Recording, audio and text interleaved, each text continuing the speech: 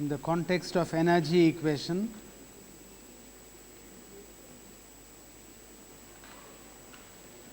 Q is equal to minus G HF, where HF is given. This is the chapter 3 approach.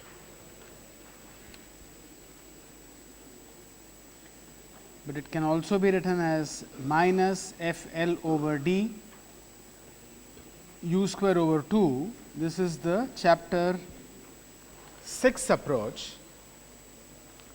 Chapter 6 talks about major losses, minor losses. So, really speaking, you may also add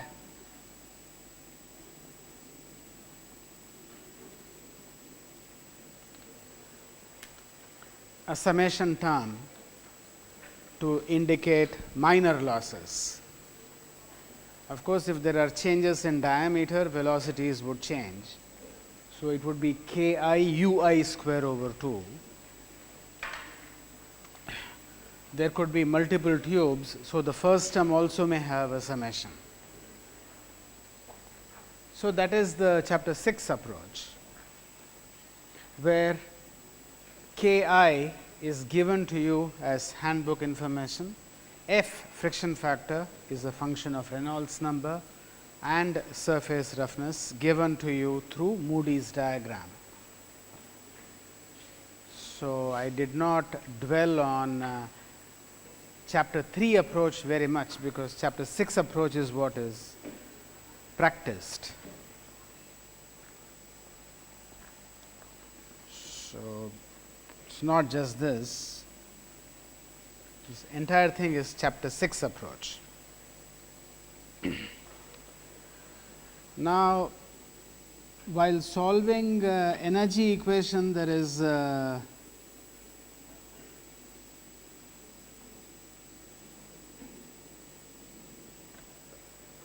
small query that keeps coming up, that is about mass balance. So, when you have an infinite reservoir, and then you have a tube connected to it. So, through the tube you have some flow U, cross sectional area A. So, the flow rate is U times cross sectional area, and when you equate it to this product as applied to the reservoir, area is infinity. It is an infinite reservoir, that is why there is no change in the elevation of water, and velocity is 0. So, it is a product of 0 and infinity. So, you are not able to enforce mass balance explicitly in these calculations. Okay. So, it just hangs up in the air.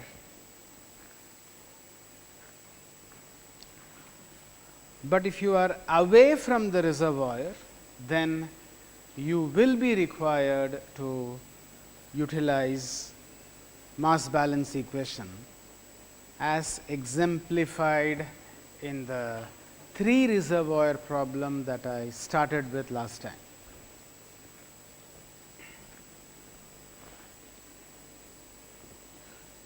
So, this you may call the 1 reservoir problem,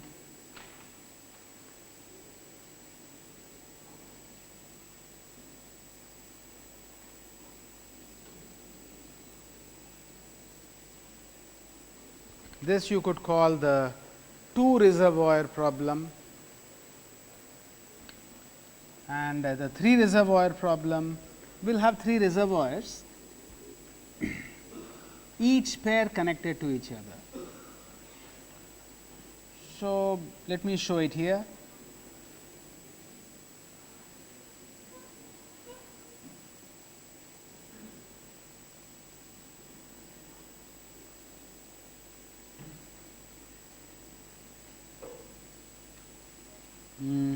Maybe I should move this a little more.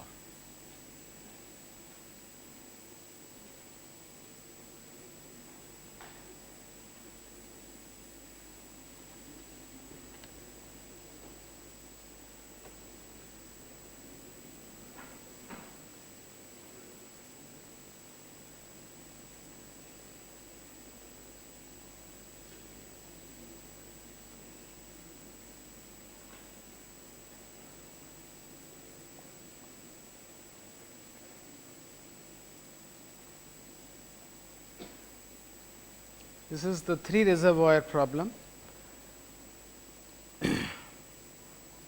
Each tube will have its own length L1 D1, L2 D2, L3 D3, and this junction is point P.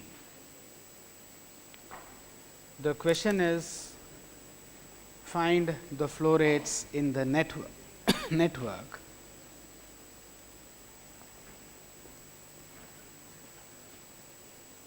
So, you could write the energy equation between the surface of point 1 and point P. So, the energy level, the total energy at point P will be pressure at capital P divided by rho plus u square over 2. So, this u is the velocity in the link that is being analyzed. So, each of these tubes, I am just calling it a link, plus point P will have its own elevation. So, between point 1 and point P, we will have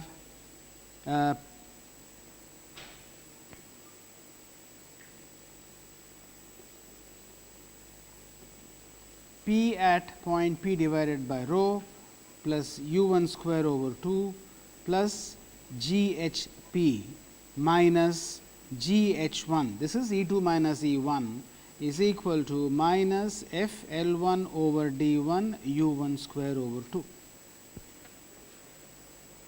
This is the energy equation between the surface of point 1 and point P.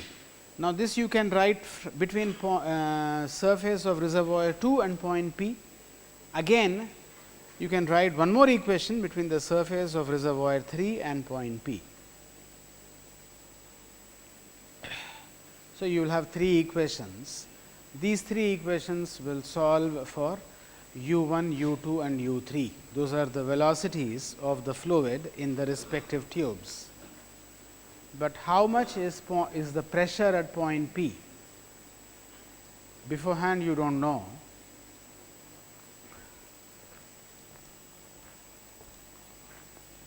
So, this equation really has. So, if you look at the 1 P equation, it has 2 unknowns. One is this pressure at point P and u1.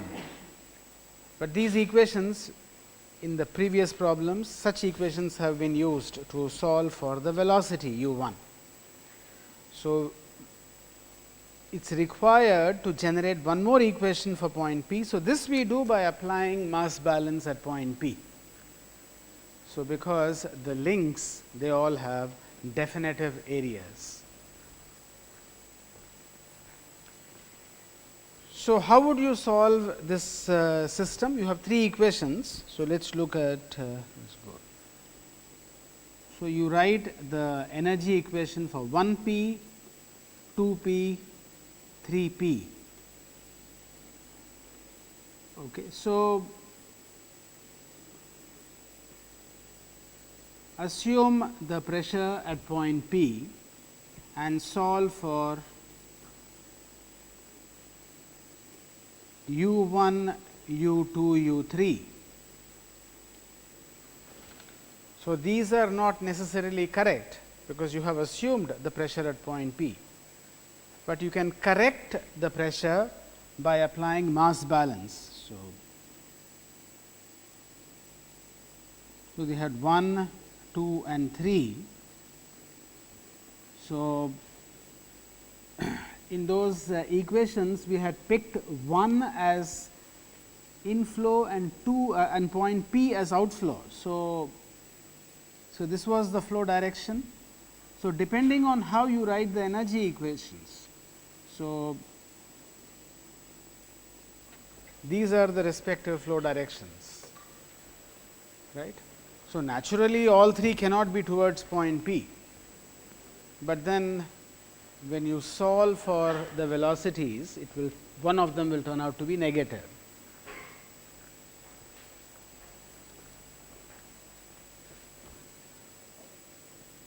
So, all 3 are going in. So, the mass balance equation. So, essentially what you are doing is pick a control volume around point P with a little stem into tube 1, a little bit into tube 2 and a little bit into tube 3. Okay. And write the mass balance equation as U1 A1 plus U2 A2 plus U3 A3 equal to 0. This is the mass balance equation. So, this equation, if your pressure at P is not correct, then this equation will not be satisfied. So, the residual, you may call it the residual for the pressure P. Okay, this will not be 0. So, this quantity has to be repeatedly, I am talking about iterations, any repeated calculation. So, you assumed pressure at point P. Now, you check if mass balance is satisfied. If it is not satisfied, then correct the pressure P and keep checking. So, how do you correct? So, here also you can use a bracketing approach. Either the net flow going into point P is positive, that will give you one set of solutions, or it is negative, that will give you another set of solutions. So, the correct solution is somewhere in between. Okay, so, we this is this E at P, this E as a function of pressure at point P is the residual. So, you can call this E at P and you plot this as a function of P at P. So, using a bisection kind of an approach, you can find, it's called bracketing, bisection, these are terms used. You find the pressure at point P. Okay, so, in these reservoir problems involving more than one tube, specifically when you have a bifurcation, a tube bifurcates into two, then you do not know how much of flow is happening on one side with respect to another, but you know that the sum of all the three flow rates, the main tube and the branches, sum of all the three flow rates not velocity, sum of all the flow rates should be 0, because we are working with an incompressible medium. There is no accumulation of mass at point P. Whatever comes in goes out. Okay, so, particularly in chapter 6, there are a few problems of this type, where, so this calculation can become somewhat longer. Okay, so, this is an example where suddenly you see that the calculation size has increased. You can imagine that if you have a pipe network, you will have to do such calculations through a computer program.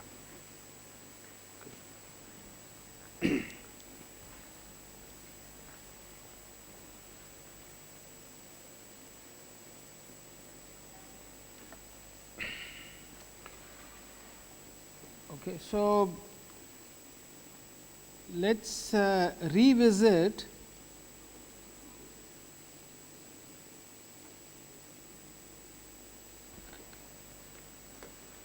the handbook data. The handbook data we have seen so far is Moody's chart. Now, if you start looking at handbooks, you can, it is a topic of conversation. What is the fattest handbook you have seen? So, some people will say this. So, it just goes on and multiple volumes. So, beyond some point it becomes 0, because all the handbook data is in the computer. So, handbooks represent a massive amount of data, and we have seen only one example of it, one page of it. But this handbook data, though massive,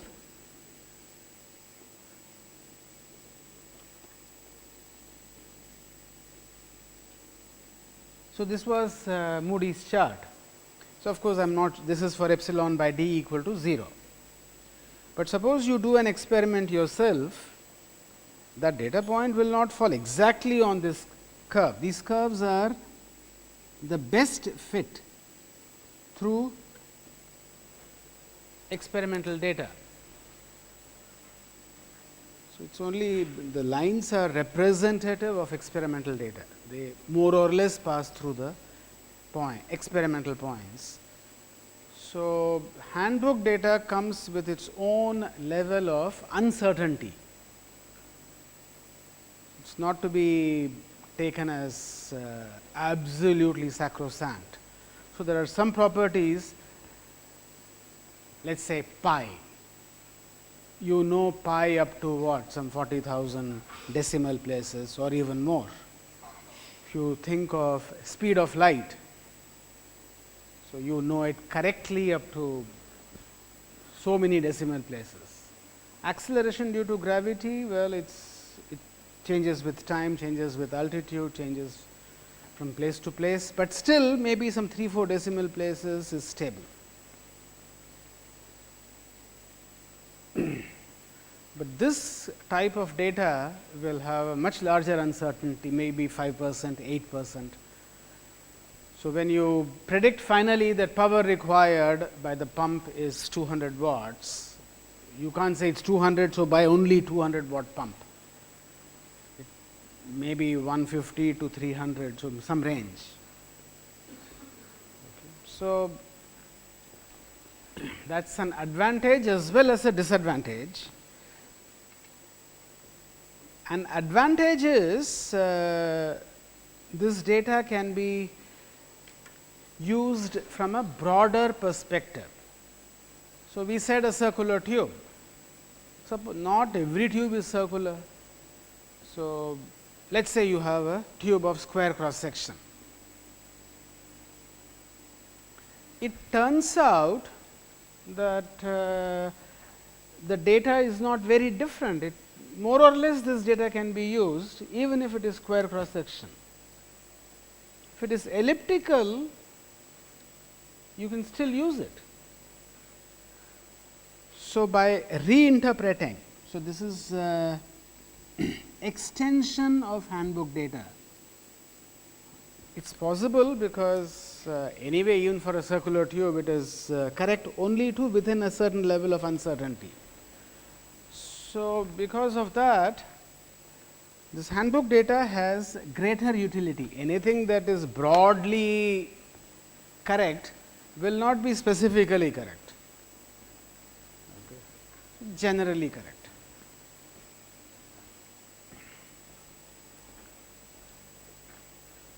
So, from that angle this friction factor data can be extended to tubes of non-circular cross sections like a square, an elliptical tube and so on. It can also be used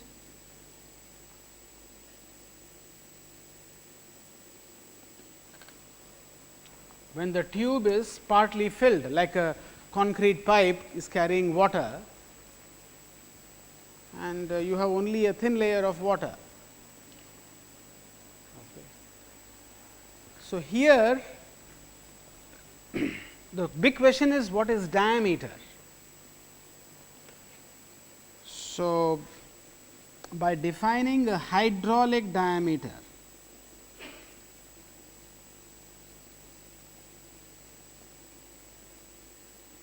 as 4 times cross sectional area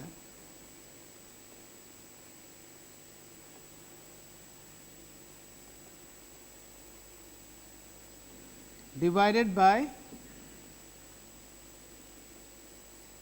wetted perimeter.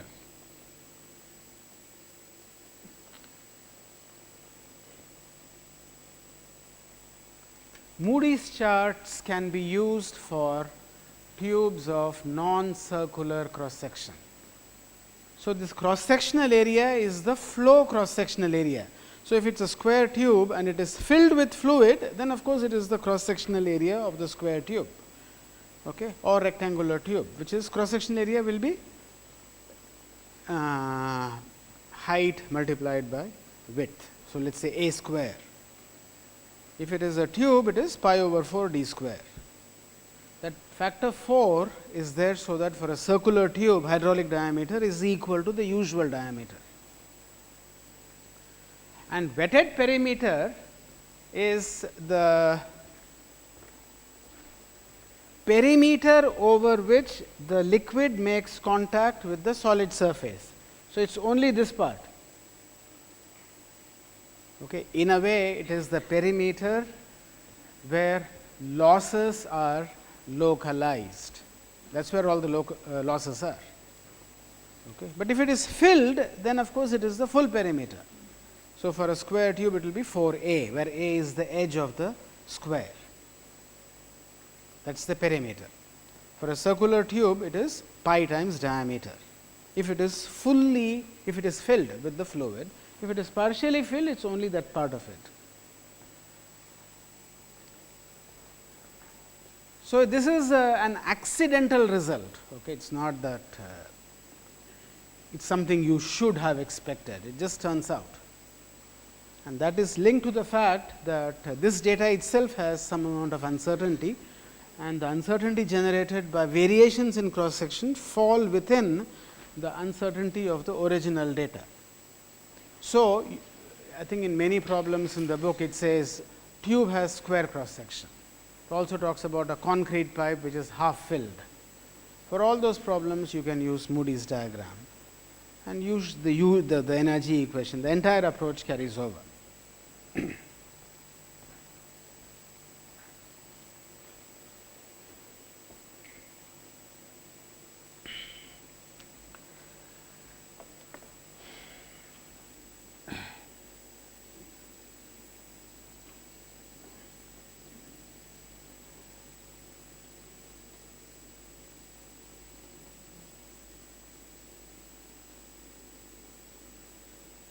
So, this is principles of similarity is chapter 5 of the book.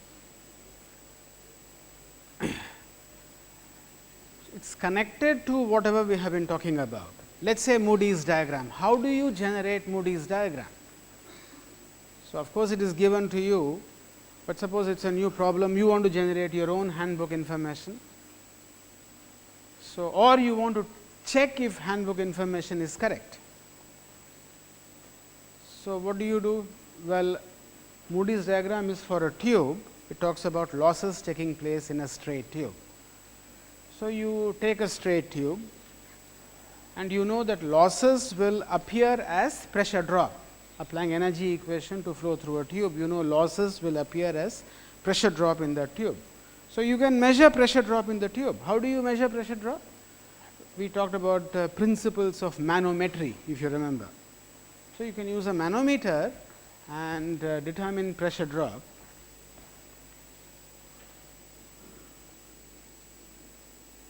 This is flow through a tube. You put a static tap at 2 points. This is point 1, this is point 2, and then you will get a deflection in the manometric column. The deflection is h. So, this is the manometer.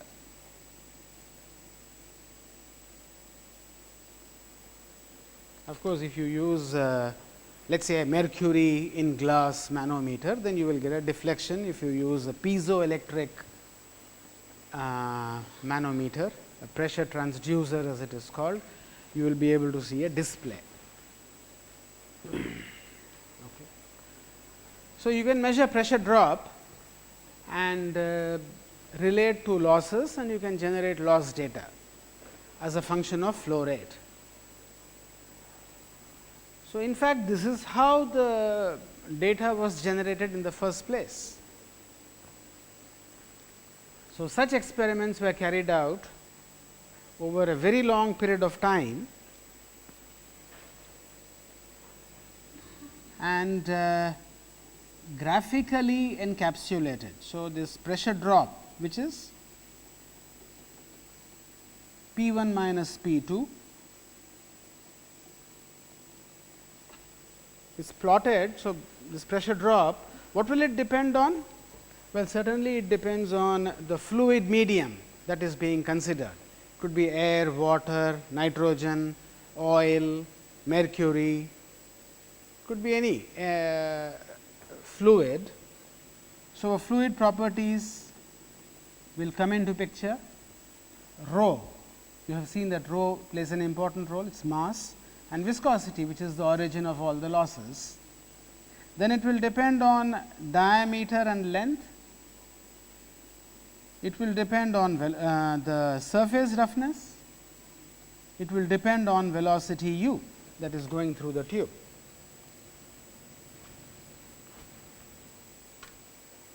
So, if you want to report this data through a handbook, there are two questions here. One of course, is related to reporting the data in as compact a manner as possible. The second question is, you have done experiment in water, can it be used in air? How can I use experiments done in water for air or mercury? I did experiments in oil, can I use it for water? The second point is, if I am working in the lab, so I have a table in front of me, the tube will have a kind of a natural size. It might be 20 mm in diameter, I am just giving an example, 1 meter long. That is what I am going to work with. So, there is, so when I carry out experiments, I meaning any of you, there is something called the human scale. We are all in the continuum scale, but still within the continuum scale,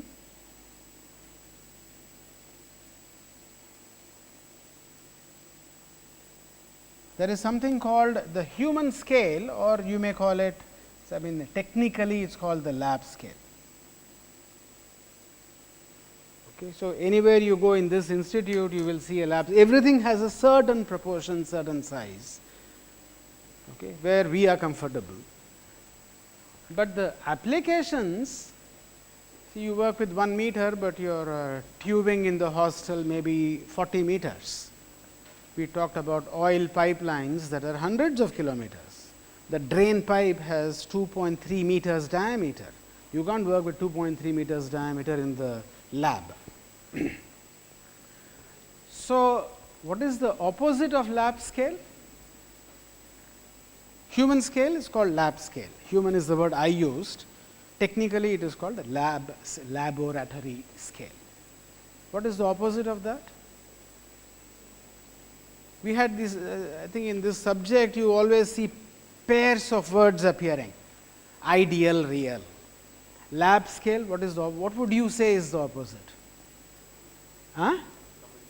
Commercial. Well, maybe, but if you read Frank White's book, he uses a different term. But it is not very unusual. Any other guess?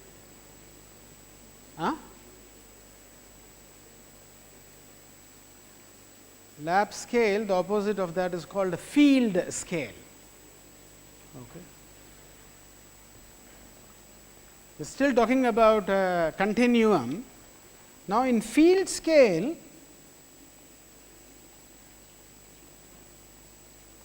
by the way, there was a time when field scale was always larger than lab scale. Okay. So, if some of you are familiar with wind tunnel tests, wind tunnels have a certain size, you can't put the aircraft inside it. So, you do small objects resembling an aircraft in the wind tunnel and hope that data can be used for the real aircraft. So, but that used to be the case, where the real object or the field scale used to be larger than the lab scale. Now, this can happen in time also. The process can be very slow. For example, if you talk about the failure of, let us say, a metallic specimen, you will have to wait for years together before it develops large enough cracks to fail. Okay. But you want to test it maybe in a matter of a week or so. So, you want to make the test a lot more compact. Similarly, you may have a process which is ultra fast. It may be over in, it's fashionable to say, nanoseconds. But you really want it to run for a few seconds, because that is your comfort level. So, lab scale would be a few seconds, a few millimeters. If it is length, it might be 1 meter. These are comfort dimensions, but the real process could be either nanoseconds or years.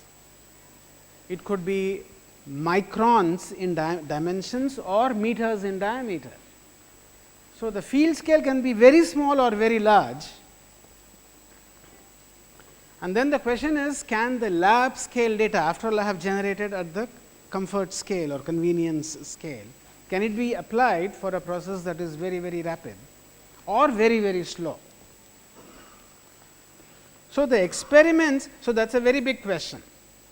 So, maybe I can pose the question by writing it out. Can data on lab scale be transferred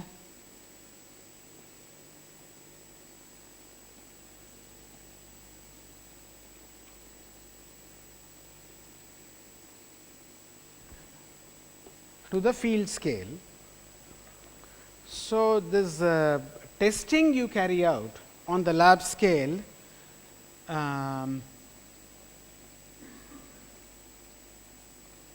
it's called model testing, but you really want to use it for the field scale. This object in the field scale is called a prototype. So, the question is, can model data be transferred to the prototype? Okay, so, you do an experiment in the lab with, let us say, a glass tube and generate friction factor as a function of Reynolds number. Can it be used to do pump sizing for distributing water in this campus, or for transferring oil from some Gulf country to the coast of Gujarat, let us say? So, can those calculations be carried out with the same source information? The answer is yes, if the principles of similarity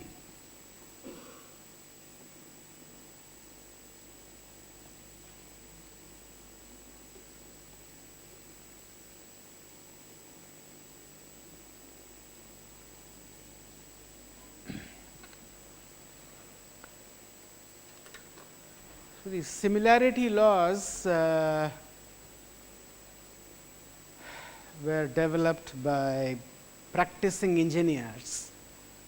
They are very extensively used, but there is no name associated with these laws. There is no individual who can be credited with discovering these laws. But these laws are also called principles. These are called similarity principles. So, if similarity principles are satisfied, then data from the lab scale can be transferred to the field scale. So, the next question is, what are these principles of similarity? There are two such principles.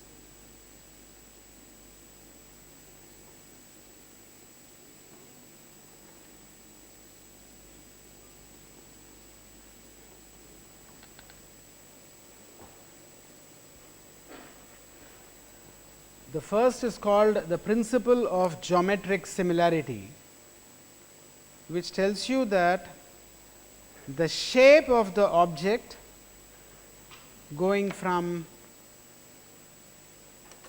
the model to the prototype should be preserved. That means, if you want data for a tube in your field scale application, then you do experiments with a tube in the lab. Okay.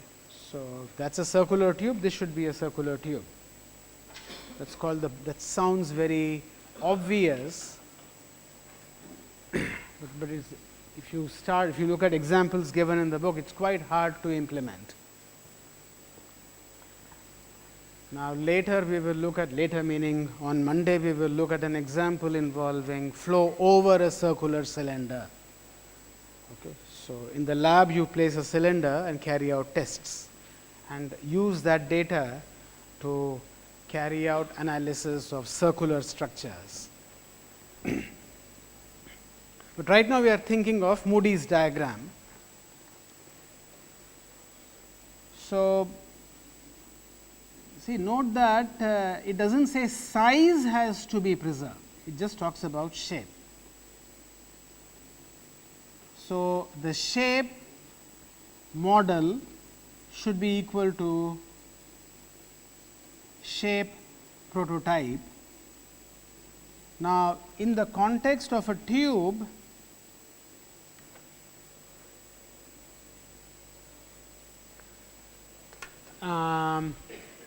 for a tube you have a length and a diameter. So, the shape of the tube is given by the ratio L over D. MS model should be equal to L over D prototype. Then you say that the model is similar to the prototype. So, suppose it is a tube of elliptical cross section, it will have 3 dimensions: major axis, minor axis and length. So, you will have 2 such ratios. So, not only L by D, but also the A by B ratio of the ellipse should be matched.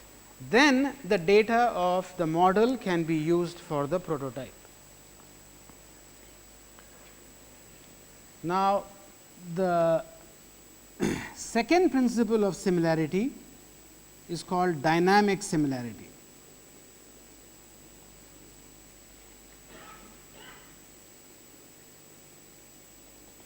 Which looks a little abstract. It says that the relative importance of forces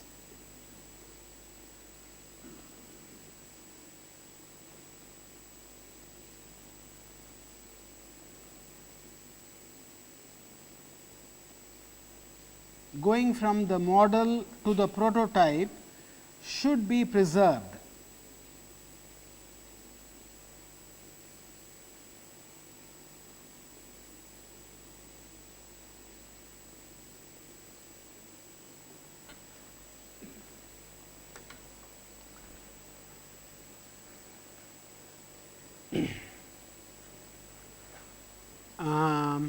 This looks a little more abstract,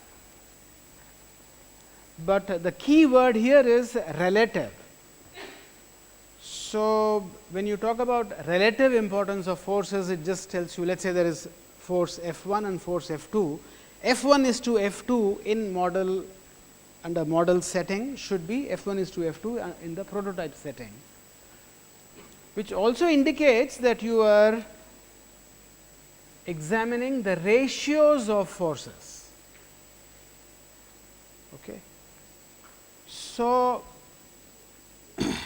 these two principles suggest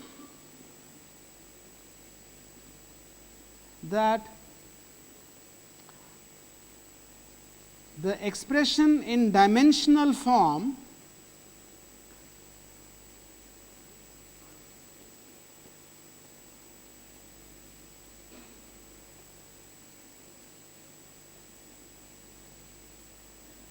should be written in dimensionless form.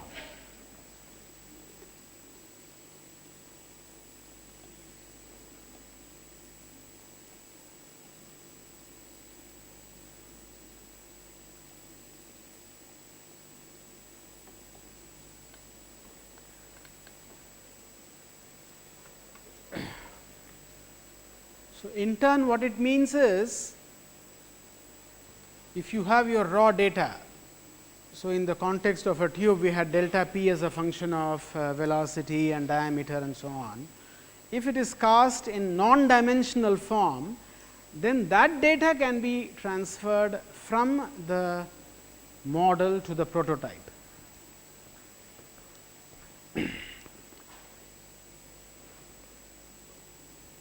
So, the next question is, so an expression of this type. So, let us look at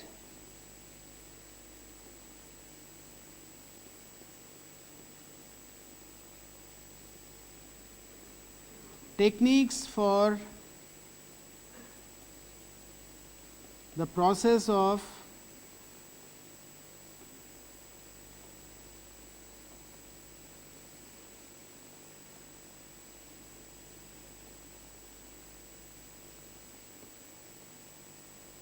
non-dimensionalization. So, there are several such techniques available. One of them, which is given advocated in the book,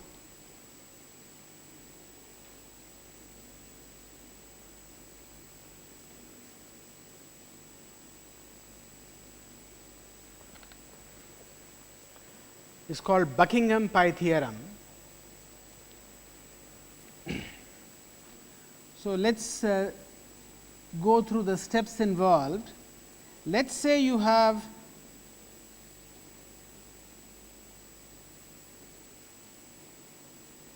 an expression of this type. You have a functional relationship involving n parameters. This is a functional form involving n parameters,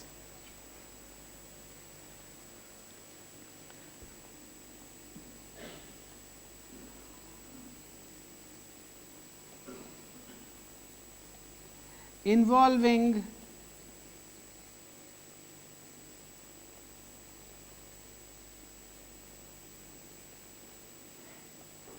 m dimensions, then Buckingham pi theorem tells you that this original expression f x I equal to constant, that constant, if you take the constant to the left, then it is of course equal to 0, can be recast in non-dimensional form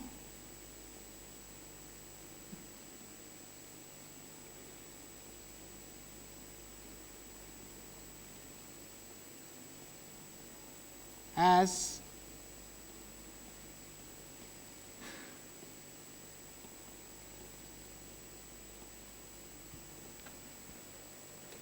so new function g. This pi, somehow in Buckingham's original paper he used pi. So,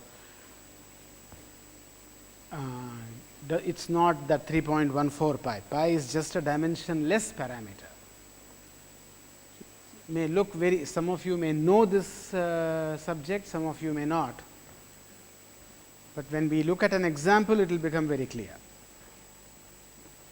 So, Buckingham pi theorem tells us that it is possible to convert a dimensional relationship such as f x I equal to 0 as capital G function of pi L equal to 0, where L is an index going from 1 minus n minus m. So,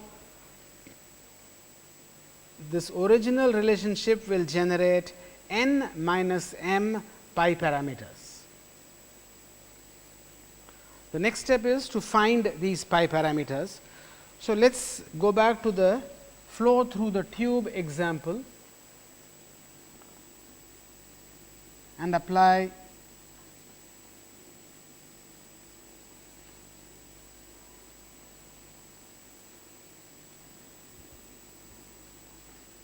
this procedure. So,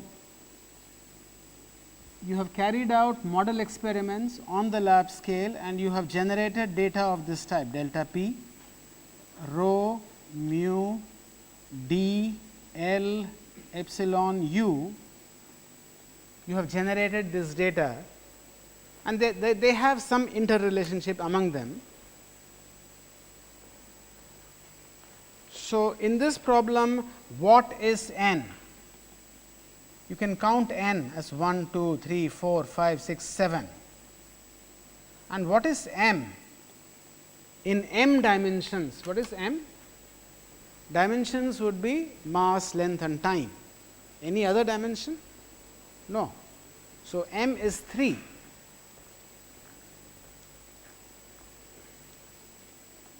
So, the process of non-dimensionalization will generate 4 pi parameters.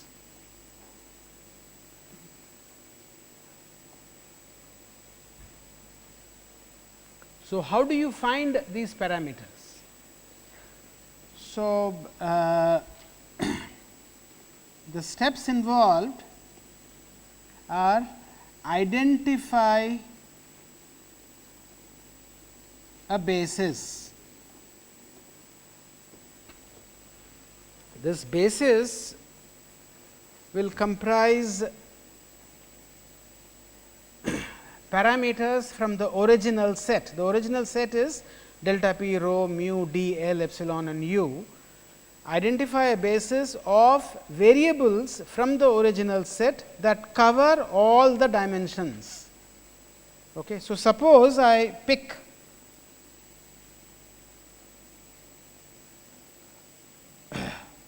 rho, u, d.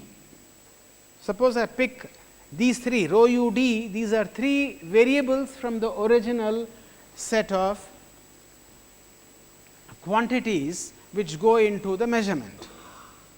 Right. So, I carried out a measurement on the lab scale and I got data. Now, that data has to be cast in a useful form, so that it can be employed in the case of a prototype. Okay. So, here I use the principles of similarity. Principles of similarity tell us that we have to non-dimensionalize the relationship. So, in the process of doing it, we have to generate 4 pi parameters. Okay, that is Buckingham pi theorem.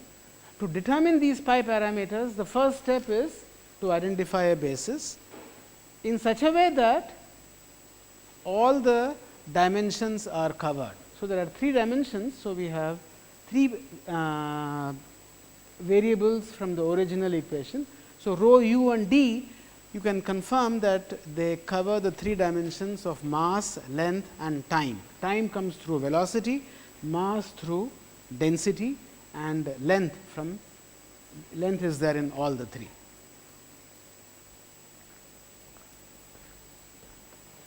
The second step is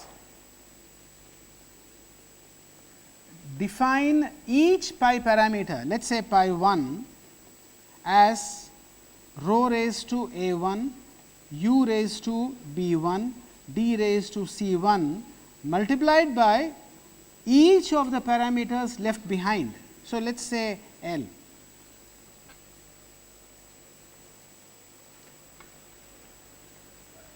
So, this you will have to do. So, pi 2. Now, we will go through these steps once again in the next class. So, rho pi 2 will be equal to rho to the power a 2, u to the power b 2, d to the power c 2 times let us say epsilon. Pi 3 will be rho a 3, u b 3, d c 3 times mu, and pi 4 will be rho to the power a 4, u b 4, d c 4 times delta p. So, these are the 4 pi parameters that will appear in the dimensionless relationship.